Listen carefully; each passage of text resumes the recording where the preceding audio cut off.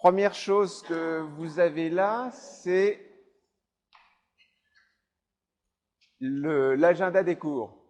Vous allez trouver ça, je vais mettre le cours en ligne là dans 1 heure, juste après. Donc vous aurez l'agenda du cours. On est aujourd'hui le 15, c'est ça? Donc ça c'est pour janvier, ça c'est pour février, et ça c'est pour mars.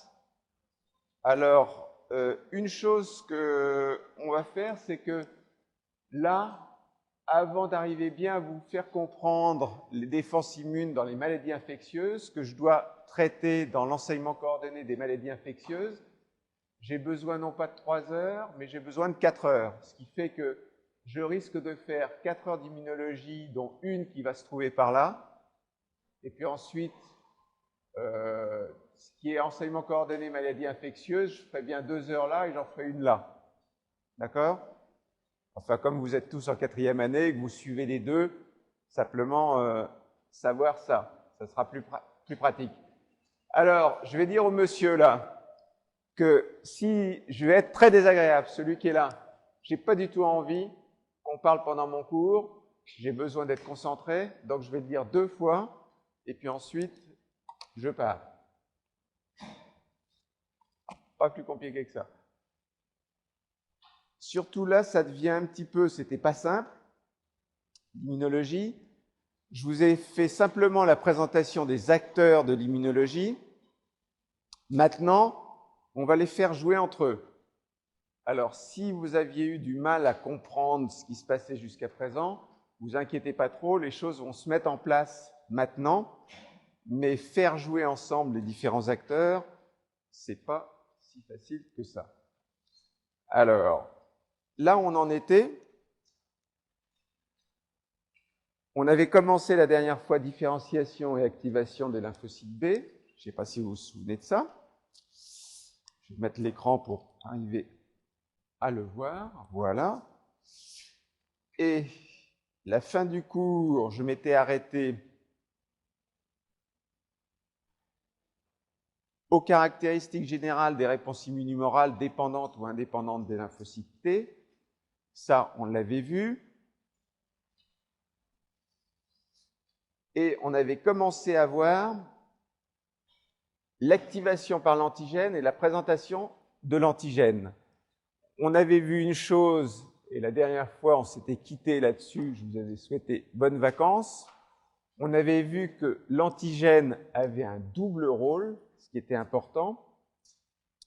Il a d'abord un rôle de reconnaître l'antigène et de commencer à initier l'activation du lymphocyte B, commencer l'activation du lymphocyte B, ça c'est l'initiation de l'activation, on l'avait vu, mais il avait également un double rôle, c'est qu'en même temps, le même antigène, il va être internalisé grâce au récepteur de surface, pour qu'une partie de cet antigène, en fait, soit présentée par les molécules de classe 2, ce qui va servir à quelque chose d'important, l'apprêtage et la présentation de l'antigène, ça va servir en fait à activer les lymphocytes T. Ce qu'on va voir là pendant 1 heure, c'est l'espèce de balai et de va-et-vient qu'il y a entre le lymphocyte B, qui a besoin, lui, d'être activé pour maturer, mais ce lymphocyte B, il ne peut pas maturer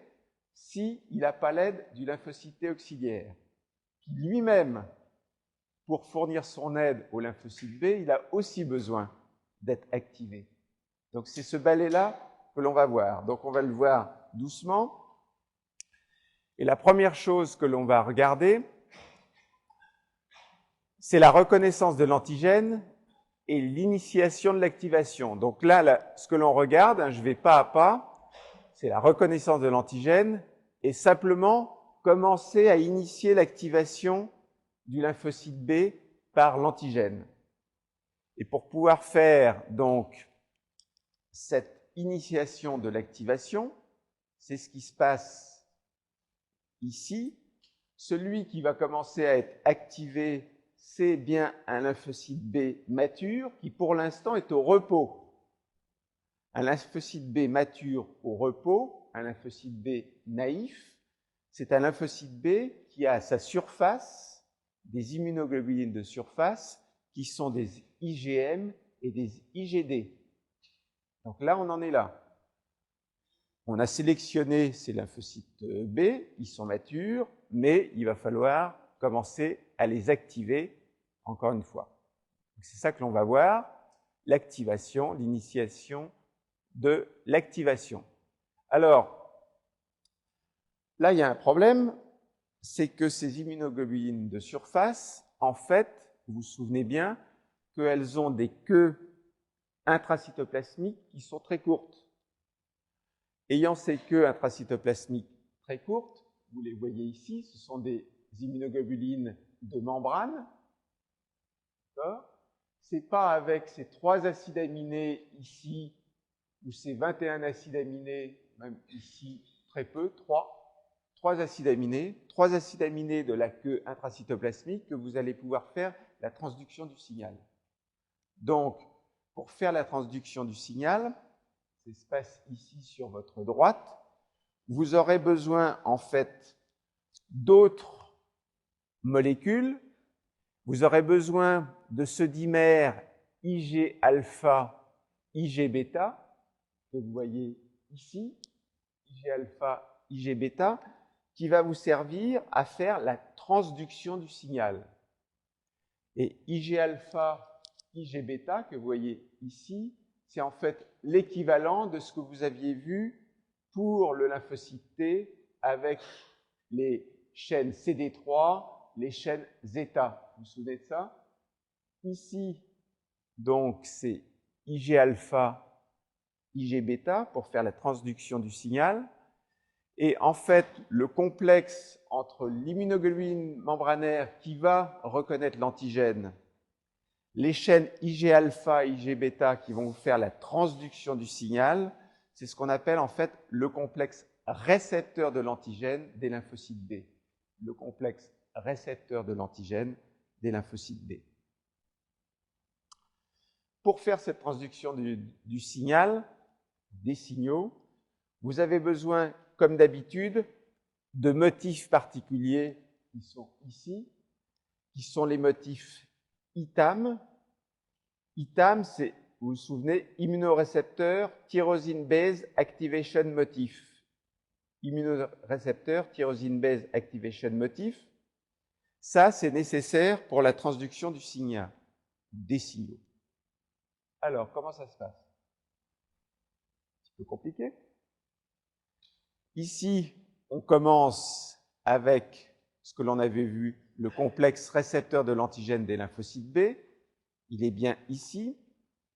Déjà, ce qu'il faut qu'il se passe à la surface, c'est qu'il faut qu'il y ait les immunoglobulines de surface qui se rapprochent les unes des autres pour qu'il y ait l'activation. Là, vous en avez 2. Comment ça se passe ce rapprochement? C'est parce que soit l'antigène est multi-épitopique, donc ça va, soit parce qu'en fait l'antigène va former des agrégats, ce qui fait qu'il va pouvoir y avoir ce qu'on appelle des clusters d'agglutination, c'est-à-dire toutes les immunoglobulines vont venir se rassembler à un moment donné entre elles pour transduire le signal. Donc, dans les minutes après, en fait, l'agrégation des récepteurs, dans les minutes, il commence à y avoir l'activation des signaux et il va y avoir en fait des tyrosine kinases que vous voyez ici,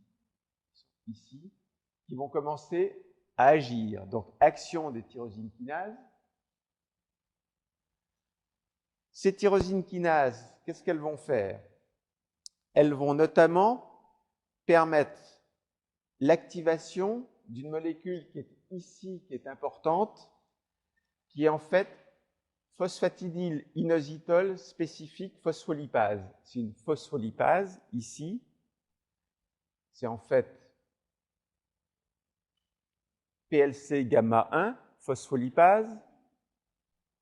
Phospholipase PLC gamma 1, qu'est-ce que ça va vous faire? Ça va vous faire que vous allez avoir cette substance PIP2. PIP2, qu'est-ce que c'est? phosphatidylinositol biphosphate, PIP2, et PIP2 va se transformer, va être dégradé en IP3, inositol triphosphate, IP3, et diacétylglycérol. Donc pour l'instant, qu'est-ce que l'on sait? C'est que ces motifs ITAM ont permis l'activation en fait de kinases. Ces kinases vont activer ici cette phospholipase qui va en fait transformer PIP2 en IP3 et DAG. Qu'est-ce qui se passe en fait? IP3, ça va mobiliser le calcium intracellulaire. Mobilisation du calcium intracellulaire. Okay. Le fait qu'il y ait une mobilisation du calcium intracellulaire, ça va permettre à une phosphokinase, à une protéine kinase extrêmement importante, qui est la PKC, protéine kinase C, de venir à la surface. Donc PKC vient à la surface grâce à la mobilisation du calcium intracellulaire. PKC vient ici. Venant à la surface, PKC va pouvoir bénéficier de l'action du DAG. D'accord? D'accord? Diacylglycérol, donc qui va agir sur PKC. PKC, c'est une protéine kinase extrêmement importante, qui elle était venue à la surface, mais elle était inactivée. Elle va devenir activée. Ici. Devenant activée, et c'est ça qui est important, elle va contribuer à l'activation, en fait, d'un certain nombre de protéines ou de facteurs importants dans la cellule qui vont permettre l'activation cellulaire. Donc ici, une voie un petit peu complexe. Si je vous la donne, c'est parce qu'on en aura besoin à un moment donné, parce qu'il y a des médicaments qui agissent sur ces voies-là. Sans ça, on ne se donnerait pas le mal d'apprendre tout ça. Alors, en même temps, vous avez les ITAM qui agissent également sur une voie importante qui est la voie RAS. La voie RAS, ça active des MAP kinases et également, ça donne l'activation cellulaire. Bien. Là, vous avez à peine commencé à réveiller votre lymphocyte B. De toute façon, ce que vous savez maintenant, c'est que si vous n'avez pas deux signaux, de toute façon, le lymphocyte B, il ne va pas se réveiller. Donc, il faut qu'il y ait un second signal, et ce second signal, il va être fourni par une protéine du complément. Alors, pour l'instant, vous aviez le complexe récepteur que vous aviez vu ici, avec les chaînes IG-alpha, IG-bêta. Je vous dis qu'il y a eu une transduction du signal à l'intérieur, mais que ça ne suffit pas pour activer le B. Donc là, il faut que vous ayez un second signal, et ce second signal est fourni par les protéines du complément. Alors, ces protéines de complément, on les verra plus tard. Ces protéines de complément, c'est une série de protéines qui agissent en cascade et qui ont des actions extrêmement importantes, notamment pour servir à activer le lymphocyte B. Et ce qui active le lymphocyte B, c'est un produit de dégradation d'une protéine du complément qui est extrêmement importante, c'est celui-ci, c'est ce qu'on appelle C3D. C3D, c'est un produit de dégradation de la protéine C3 du complément. D'accord? Vous verrez comment ça se forme. Donc, à partir d'une des protéines du complément, ça donne C3D. Et C3D, en fait, C3D va s'attacher très souvent à un antigène microbien. Et vous avez à la fois l'antigène microbien qui va être reconnu ici par son épitope B, par l'immunoglobine de surface, et vous allez coller à l'antigène microbien cette protéine du complément C3D, qui, elle, cette protéine C3D, est reconnue par un récepteur qui est le récepteur CR2. Le voilà, le récepteur CR2. Ce CR2 qui reconnaît C3D avec deux autres chaînes, CD19 que vous voyez ici, qui a des domaines qui ressemblent à celui des immunoglobulines, et également la chaîne CD81. Tout ça, CR2, CD19, CD81, ça vous fait en fait un complexe corécepteur qui va être activé en fait par C3D. Donc là, vous allez avoir en fait une activation qui va commencer à être correcte de votre cellule B.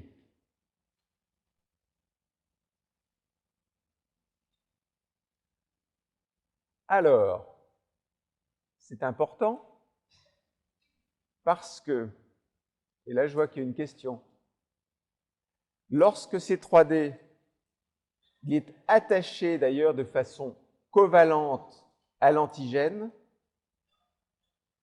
le complexe C3D antigène est 1000 fois plus immunogénique, c'est-à-dire capable d'induire une réponse immune, 1000 fois plus immunogénique que l'antigène lui-même.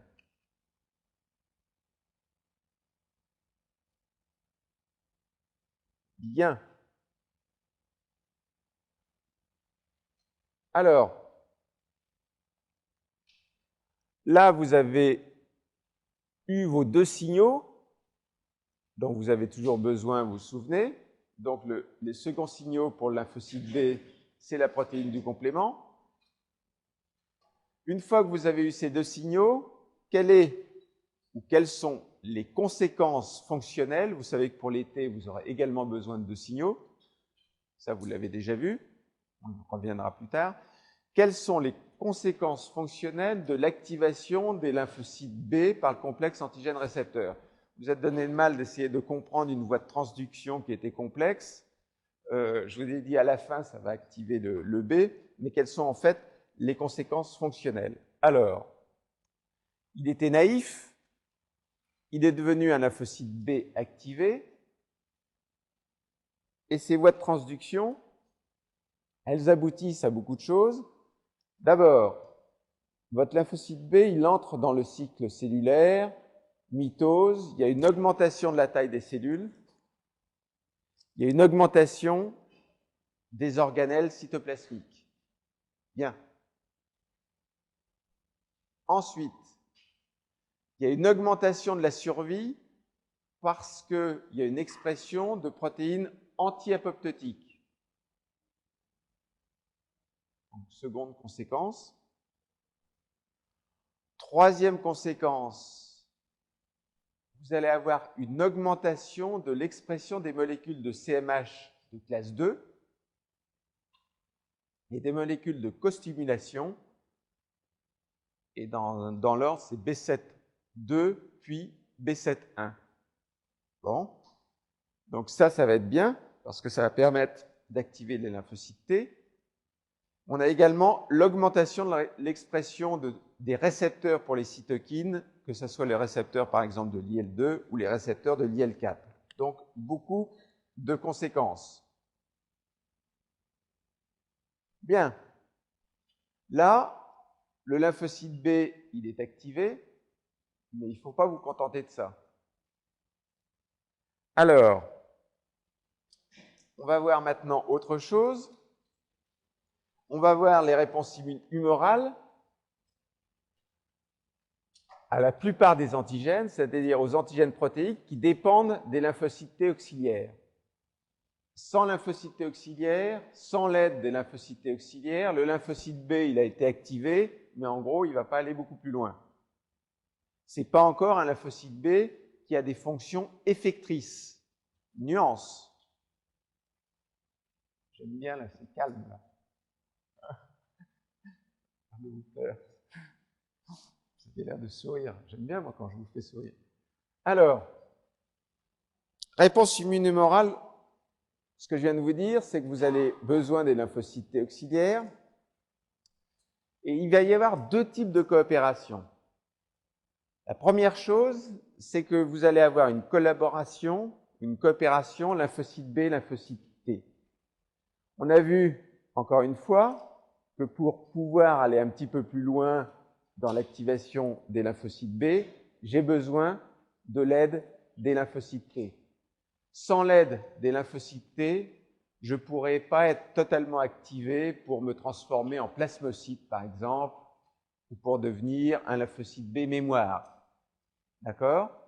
Donc, là, j'ai commencé à travailler, très bien, mais je veux aller plus loin, et pour ça, j'ai besoin de l'aide du lymphocyte T. On est bien d'accord là-dessus? Bien. Alors, je sais que vous n'aimez pas trop les expériences, mais simplement pour s'apercevoir comment on s'est aperçu qu'on avait besoin vraiment de l'aide des lymphocytes T, ça s'est fait chez la souris. Alors ça, c'est très simple. Vous avez une souris que vous avez irradiée. Si vous l'avez irradiée, vous avez éliminé ou vous avez tué toutes les cellules prolifératives, donc tous les lymphocytes. Donc celle-ci, elle n'a plus de lymphocytes. Et vous avez une souris syngénique. Et vous allez reconstituer le système immunitaire de celle-ci, qui n'en a plus, avec soit des cellules du thymus a priori des T, soit des cellules de la moelle osseuse a priori des B. Et ensuite, vous allez regarder quelle est la production d'anticorps dans la rate. Vous voyez ici, quand vous avez les cellules T toutes seules, pas beaucoup d'anticorps, les cellules B toutes seules, pas beaucoup d'anticorps. Quand vous mettez les deux en même temps, beaucoup d'anticorps. Ça montre bien que vous avez besoin de l'aide des T. Alors,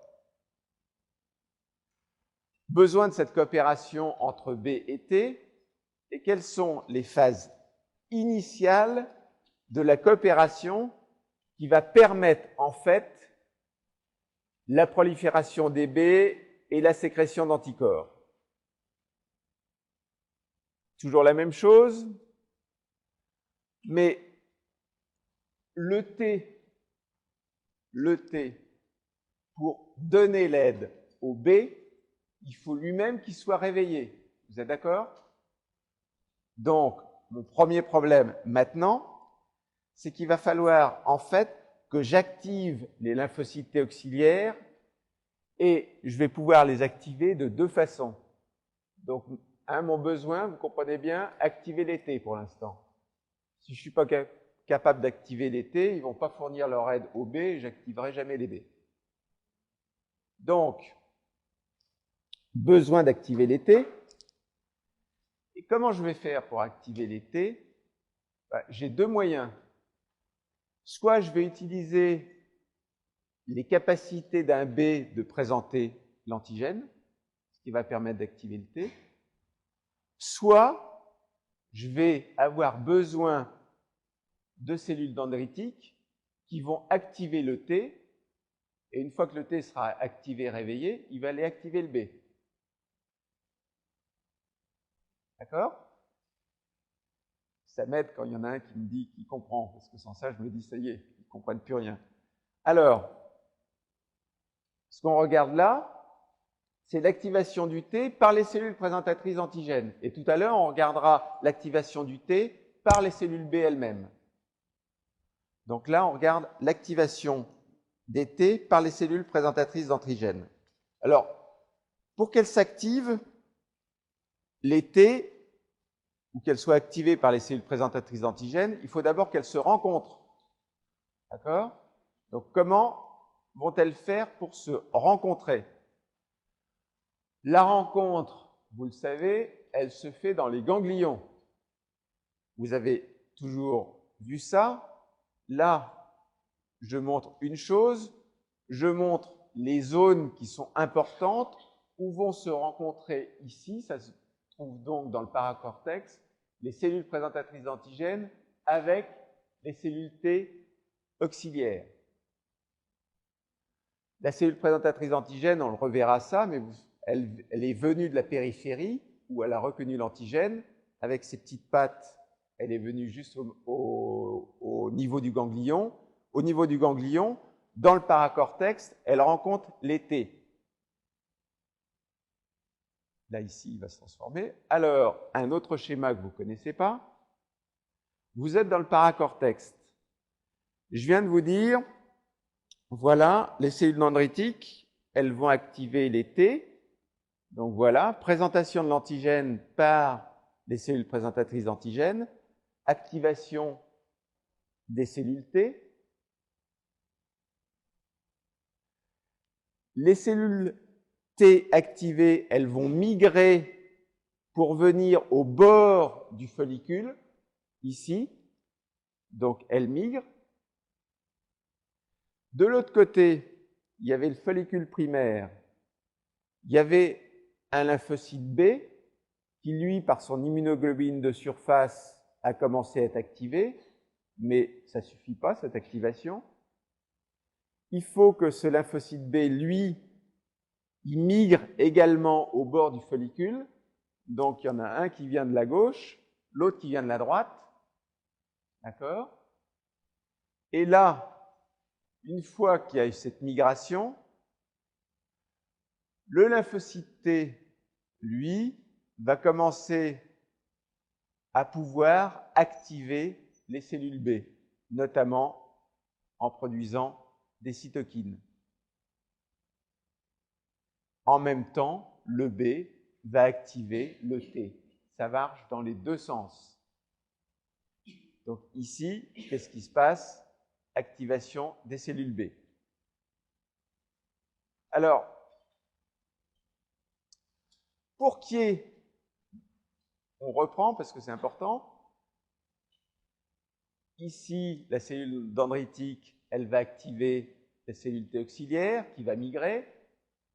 Le B, il avait commencé à être un petit peu activé, mais pas suffisamment. Il va migrer aussi. Et le T qui a été réveillé par la cellule dendritique, elle va pouvoir activer le B. Alors, vous avez là, ici, trois partenaires. On est d'accord? Vous avez besoin, pour que tout ça marche, vous avez besoin d'une cellule dendritique, vous avez besoin d'un lymphocyte T auxiliaire, et vous avez besoin d'un lymphocyte B. Quand est-ce que vous avez une coopération comme ça avec ces trois acteurs? Parce que je vous ai dit tout à l'heure, je vais vous montrer que de temps en temps, vous n'avez pas besoin de cellules dendritiques, ça va être le B lui-même qui va servir à réveiller le T. Donc quand est-ce que vous avez besoin, en fait, de cette coopération tripartite? Ben, vous en avez besoin tout simplement lorsque vous n'avez pas beaucoup de B. Lorsque vous n'avez pas beaucoup de B, ce n'est pas les B qui vont pouvoir réveiller les T, donc vous avez besoin des cellules dendritiques. Vous en aurez également besoin lorsque les B sont peu capables de dégrader l'antigène.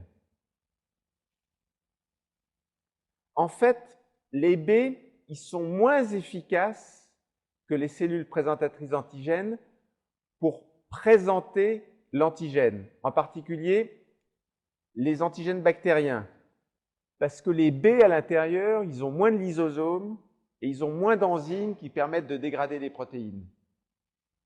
D'accord? Donc de temps en temps, tout de même, lorsque vous avez à faire le processing d'un antigène bactérien, le B, il y arrive plus ou moins bien, donc dans ces cas-là, vous aurez besoin des cellules dendritiques. Par contre, on ne peut pas tout avoir dans la vie, les cellules présentatrices d'antigènes, elles ont un avantage sur les B, c'est qu'elles nécessitent, les B encore, je viens de vous expliquer que les B, elles n'avaient pas beaucoup d'enzymes à l'intérieur pour dégrader. Par contre, les B, elles ont tout de même un récepteur de surface qui est très spécifique. Ça, c'est pratique. Les cellules présentatrices d'antigènes, elles ont beaucoup à l'intérieur de lysosomes pour dégrader. Il y a beaucoup d'enzymes qui vont permettre de dégrader, ça c'est pratique. Par contre, à la surface, le mode de capture de l'antigène des cellules dendritiques est beaucoup moins efficace que le mode de capture de l'antigène qu'ont les B. Je répète, les B, ils ont des immunoglobulines de surface très faciles pour capturer. Une fois qu'elles ont capturé, elles ne digèrent pas très bien l'antigène. Par contre, les cellules présentatrices, elles ne capturent pas très bien. Une fois qu'elles ont capturé, elles digèrent bien. D'accord? Pourquoi elles ne capturent pas très bien? C'est parce qu'en fait, elles capturent par pinocytose, tout simplement, et que la dose d'antigène qui est nécessaire pour une cellule présentatrice pour, en fait, capturer l'antigène, elle est 10 000 fois à 1 million de fois supérieure à la dose qui est nécessaire pour le lymphocyte B. Ça se met en place, c'est clair? Donc là, vous avez besoin de beaucoup plus de doses pour avaler. Une fois que c'est avalé, ça va. Bien. Donc, vous voyez bien que dans un cas, vous aurez besoin d'avoir les cellules présentatrices parce que... Alors, une fois que vous avez, là, vous connaissez les conditions de la coopération tripartite, pourquoi vous avez besoin des cellules présentatrices. Ensuite, vous connaissez, une fois que vous avez les cellules présentatrices, vous la reconnaissez ici, elle est en vert. Toujours la même chose. Ce schéma-là, vous le connaissez, donc vous avez fait par pinocytose, vous avez attrapé l'antigène protéique, qui est une protéine extracellulaire, on est d'accord? Ensuite, vous avez les voies de dégradation, ça vous le savez déjà. Maintenant, vous avez les voies de dégradation, vous êtes bien équipé à l'intérieur d'une cellule présentatrice pour digérer la protéine en peptides et pour présenter, cette fois-ci, les peptides par l'intermédiaire des molécules de classe 2 au lymphocyte T auxiliaire pour réveiller ce lymphocyte T auxiliaire. C'est bien ce que vous vouliez. Donc, interaction entre les lymphocytes T auxiliaires et les CPA, on l'a vu ici. Cette interaction, puisque vous avez affaire au lymphocyte T, le lymphocyte T, il est comme le B. Comme d'habitude, vous voulez le réveiller, mais comme d'habitude, il faut 2 signaux pour le réveiller. Hein? Les signaux, vous l'aurez ici, parce que notamment le premier signal, c'est bien entendu la présentation, en fait, du peptide au lymphocyte T, et vous avez également des signaux, des seconds signaux, qui sont apportés notamment par les molécules de costimulation. S'il n'y a pas en fait, et ça lorsque la cellule présentatrice d'antigène, elle est au repos, elle n'a pas encore avalé un antigène, il n'y a pas ou il y a très peu de molécules de costimulation. Par contre, ici, vous avez un antigène qui a été absorbé, la CPA, elle est activée, il y a une augmentation de l'expression des molécules de costimulation, et vous allez pouvoir cette fois-ci vraiment stimuler le lymphocyte T, cellule T effectrice. Bien. Alors, là, j'ai activé le lymphocyte T auxiliaire, j'avais besoin de ça grâce aux cellules présentatrices d'antigènes. Maintenant, je vais activer en fait les lymphocytes T avec mon lymphocyte B. Voilà. Cette fois-ci, on revoit ça. J'ai bien besoin d'activer le T pour pouvoir activer ici le B. Mais ce que je vais utiliser pour activer le T, ça va être la cellule B elle-même. Donc cette fois-ci, il n'y a pas comme tout à l'heure 3 partenaires pour activer mon T. Je n'ai que 2 partenaires. 2 partenaires. Alors,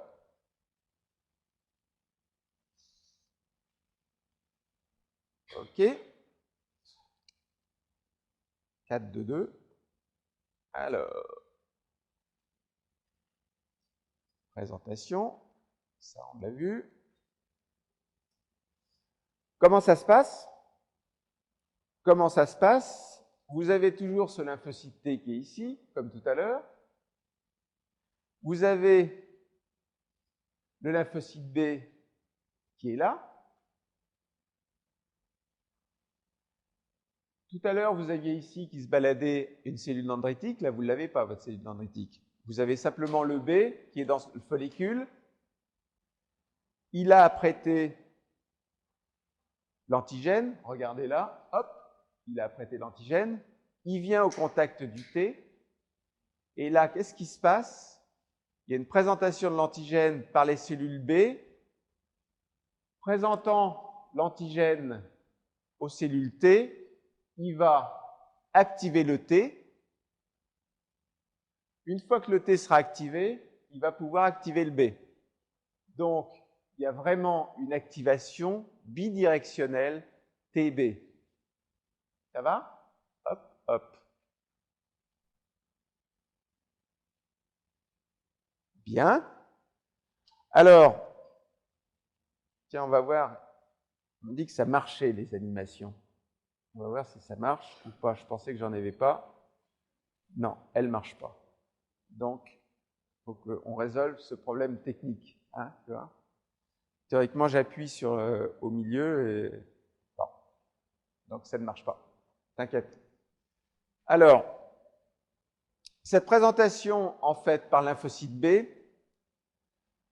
cette présentation des protéines, c'est en fait la fameuse histoire du couple aptène-porteur. Vous vous souvenez de l'histoire du couple aptène-porteur? Vous vous souvenez, les aptènes, c'est des petites molécules qui sont reconnues en fait par le système immunitaire, mais pas capables d'activer le système immunitaire. Si cet aptène n'est pas couplé à un porteur, ça ne marche pas. Pourquoi? Vous retrouvez exactement ce que l'on a vu ici. On va agrandir ici. L'aptène, le voilà. C'est bien en fait la partie de l'antigène qui porte l'épitope T qui est reconnue ici à la surface. D'accord? Ce qui veut dire que c'est bien ce lymphocyte B qui ultimement sera activé et donnera des anticorps contre l'aptène. Mais si l'aptène n'est pas couplé à un porteur, c'est-à-dire à une assez grosse protéine qui, elle, va être processée pour activer les T, il n'y aura pas de réponse immune. Donc c'est ça la fameuse histoire aptène-porteur.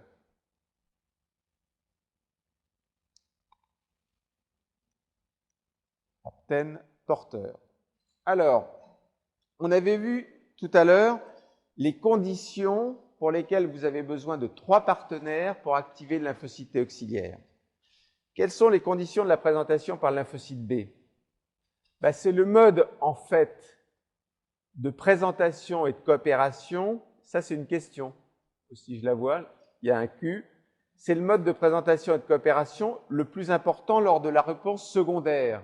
Bien évidemment, lors de la réponse secondaire, déjà, vous avez des lymphocytes B mémoire qui sont là.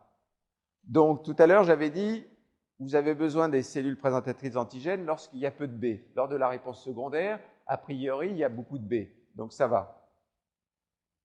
Et également, c'est la présentation de l'antigène lorsqu'il est à très faible concentration. Lorsqu'il est à très faible concentration, les cellules présentatrices d'antigènes, elles ont besoin, elles, d'une forte concentration. Vous ne l'avez pas toujours. Quand vous avez qu'une faible présentation ou une faible concentration d'antigènes, vous êtes bien obligé de passer par les B. Alors, les caractéristiques de la présentation par les lymphocytes B, on a vu, première caractéristique, la capture, elle est très active grâce aux immunoglobulines de surface.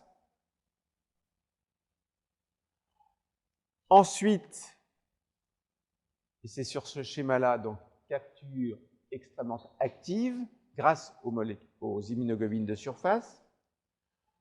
Ensuite, présentation, en fait, de l'antigène par les molécules de classe 2. On le voit ici. Présentation de l'antigène par les molécules de classe 2. Et nécessité d'un second signal de costimulation avec les molécules B7-1, B7-2. Donc, ce qui se passe, capture ici très efficace. Ici, vous notez une chose qui n'était pas absolument évidente, parce que je me suis posé la question et j'ai été relire là-dessus. Pour être sûr, en fait, ce qui est capturé à l'intérieur du lymphocyte B, ce n'est pas uniquement l'antigène lui-même. Qu'est-ce que vous notez? Ce qui est bien capturé, c'est le complexe antigène-immunoglobulines de surface. On aurait pu imaginer donc, que c'était un autre processus. Ce qui est bien capturé, ce sont les deux. D'accord? Donc, capture des deux, expression du peptide par les molécules de classe 2, molécules de costimulation, et cette fois-ci, vous pouvez activer le lymphocyte T. Bien.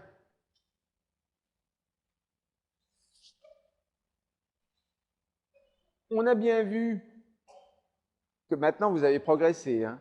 Le B, il a commencé à être activé. Le T, ça y est, il est lui aussi activé. Regardez ici, ça y est, il est activé le T.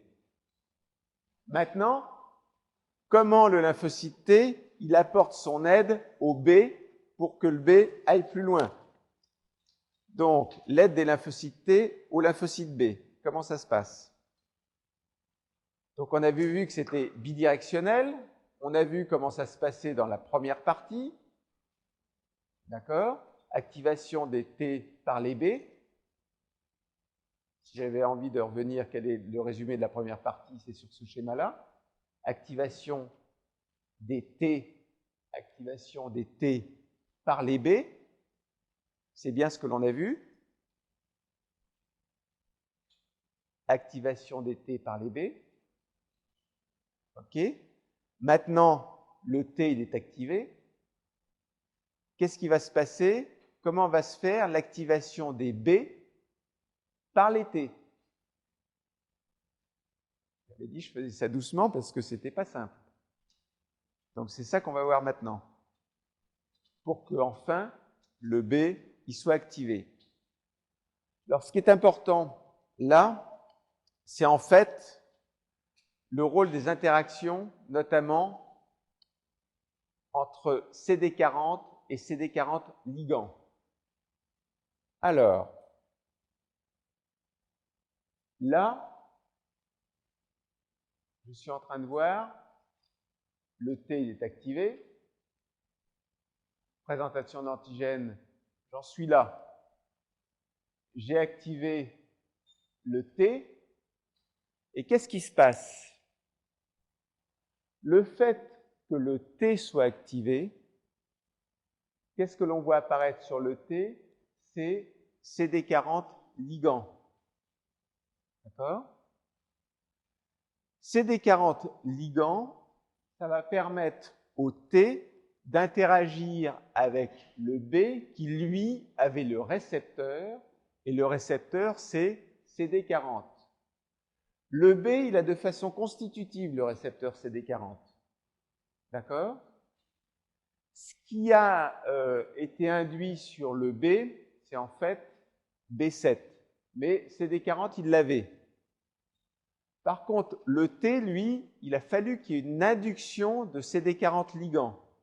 C'est une fois qu'il a été activé que apparaît CD40 ligand. Et grâce au fait que CD40 ligand apparaît au T, le T va pouvoir à son tour activer le B, notamment, il va y avoir également une production de cytokines. Donc c'est à la fois CD40 ligand qui est apparu sur le T, et à la fois la production de cytokines par le T qui va définitivement activer le B. Ça va? J'ai mes tests là. Quand ils secouent la tête, quand ils sourient, c'est ça va. S'ils font la tête, c'est que ça va pas. Ça va là? OK. Donc c'est bien bidirectionnel. Premier sens, ici, c'est le B qui a activé le T. Le T, ça y est activé, il exprime CD40 ligand. Maintenant qu'il exprime CD40 ligand, le T va pouvoir activer le B. C'est finalement amusant, à condition d'expliquer ça calmement et de comprendre. Bien. Alors, Une autre façon de voir ça, voilà l'antigène sur le B, le peptide qui a été processé, donc le B, il présente le peptide. OK. Il y a les signaux de costimulation B7,1, B7,2 qui interagissent avec CD28. Donc le T va être activé. Comme le T est activé, qu'est-ce qui se passe? Je viens de vous dire que CD40 ligand apparaît. CD40 ligand apparaît, donc il va pouvoir y avoir l'interaction CD40 ligand CD40. D'accord? À partir du moment où il y a l'interaction CD40 ligand CD40, il va encore y avoir plus de B7 qui va être à la surface du B. Donc il y a une amplification. D'accord? Donc c'est une valse à 3 temps. D'accord? Bien. Alors, je vous ai dit, il y a CD40, mais CD40 ligand, c'est pas le tout, il y a aussi les cytokines. D'accord? Alors, les cytokines, elles sont produites justement par les lymphocytes T qui ont été activés.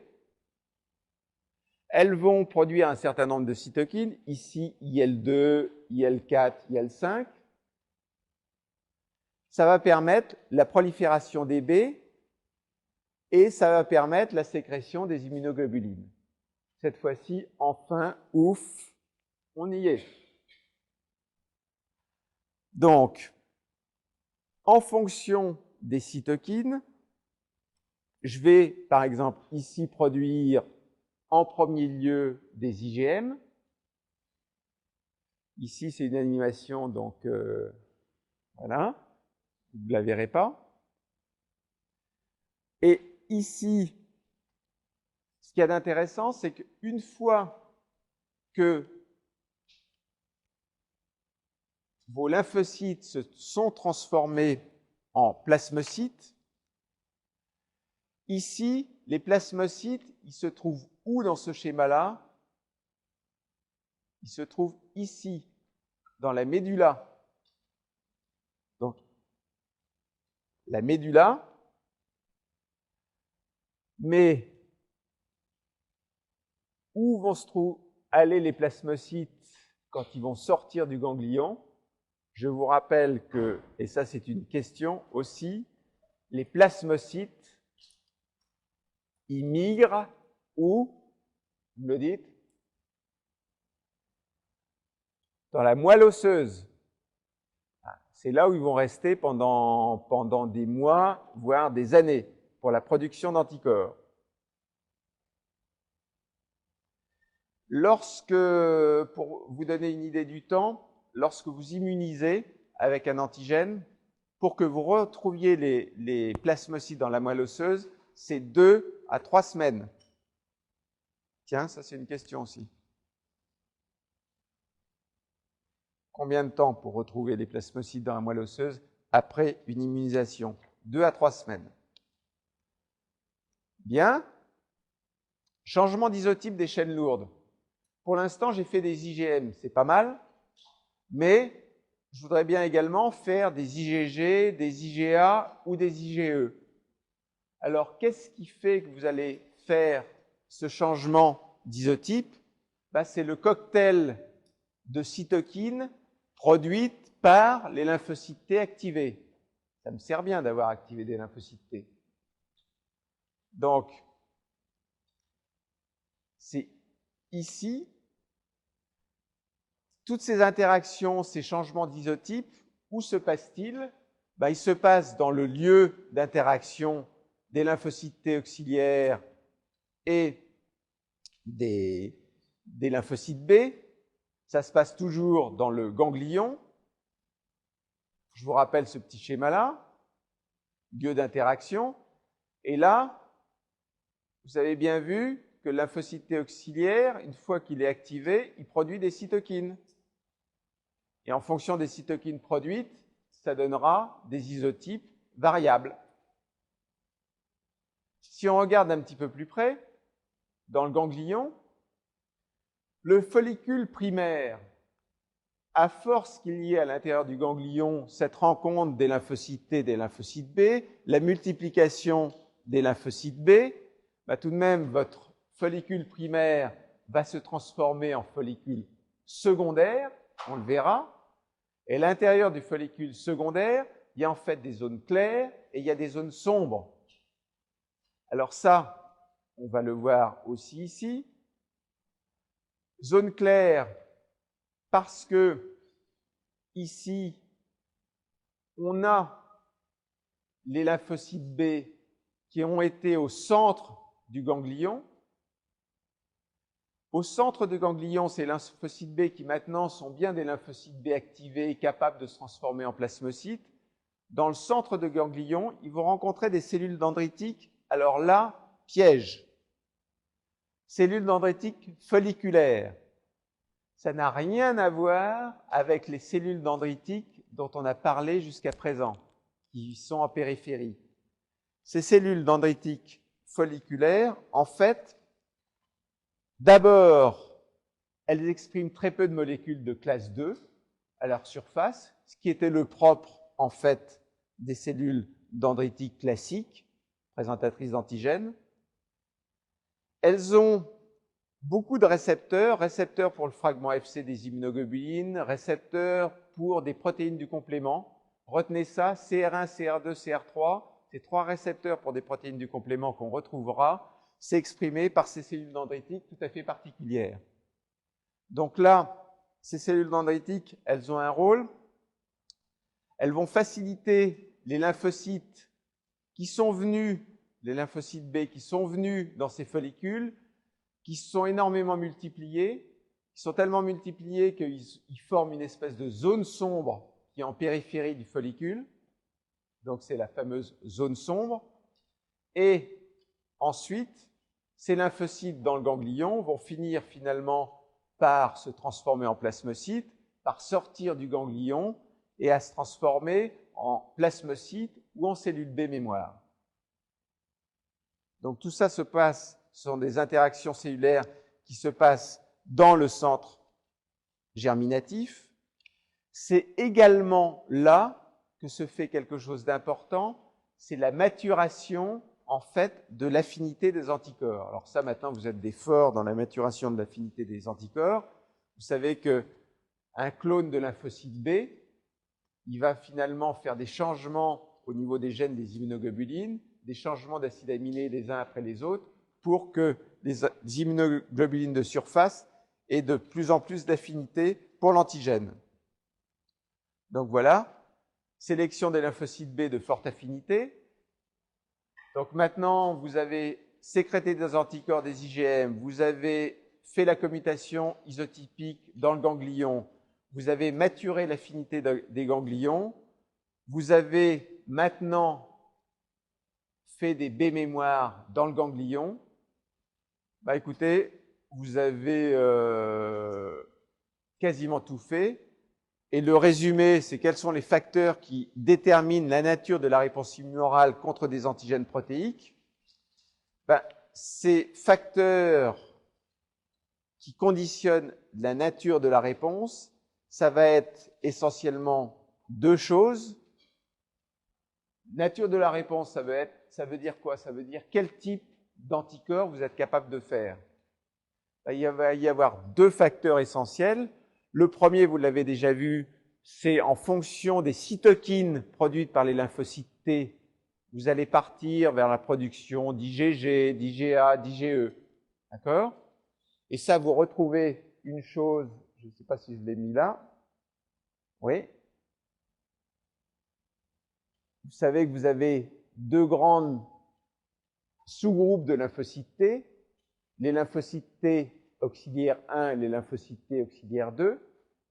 En fonction des cytokines qui sont produites par les TH1 ou les TH2, ce n'est pas les mêmes cytokines. Mais en fonction, selon que vous avez des TH1 ou des TH2 qui vont interagir avec les B, ça va vous faire plutôt une production, par exemple, d'IgE avec les TH2, ou ça va vous faire plutôt une production d'IgG, par exemple IgG2, avec les TH1. Donc, en fonction, le message, c'est en fonction du cocktail de cytokines, ça va vous faire varier la nature de la réponse immune. Et il y a autre chose très important aussi, je vais rajouter un petit Q parce que ça va faire une question ça. Il y a autre chose aussi qui va vous déterminer la nature de la réponse humorale, ça va être le site de production des anticorps. Au niveau des organes secondaires du système immunitaire, par exemple au niveau de l'intestin, vous aurez plutôt tendance à produire des IgA. Au niveau des poumons, c'est pareil, c'est des IgA. Alors pourquoi je vous pose la question? Parce que sur le plan pratique, lorsque vous inhalez des antigènes ou lorsque vous les absorbez de façon orale, vous favorisez la présentation de l'antigène à partir des poumons ou à partir du tube digestif. Ça veut dire que ça va favoriser quoi? La production d'IgA. D'accord?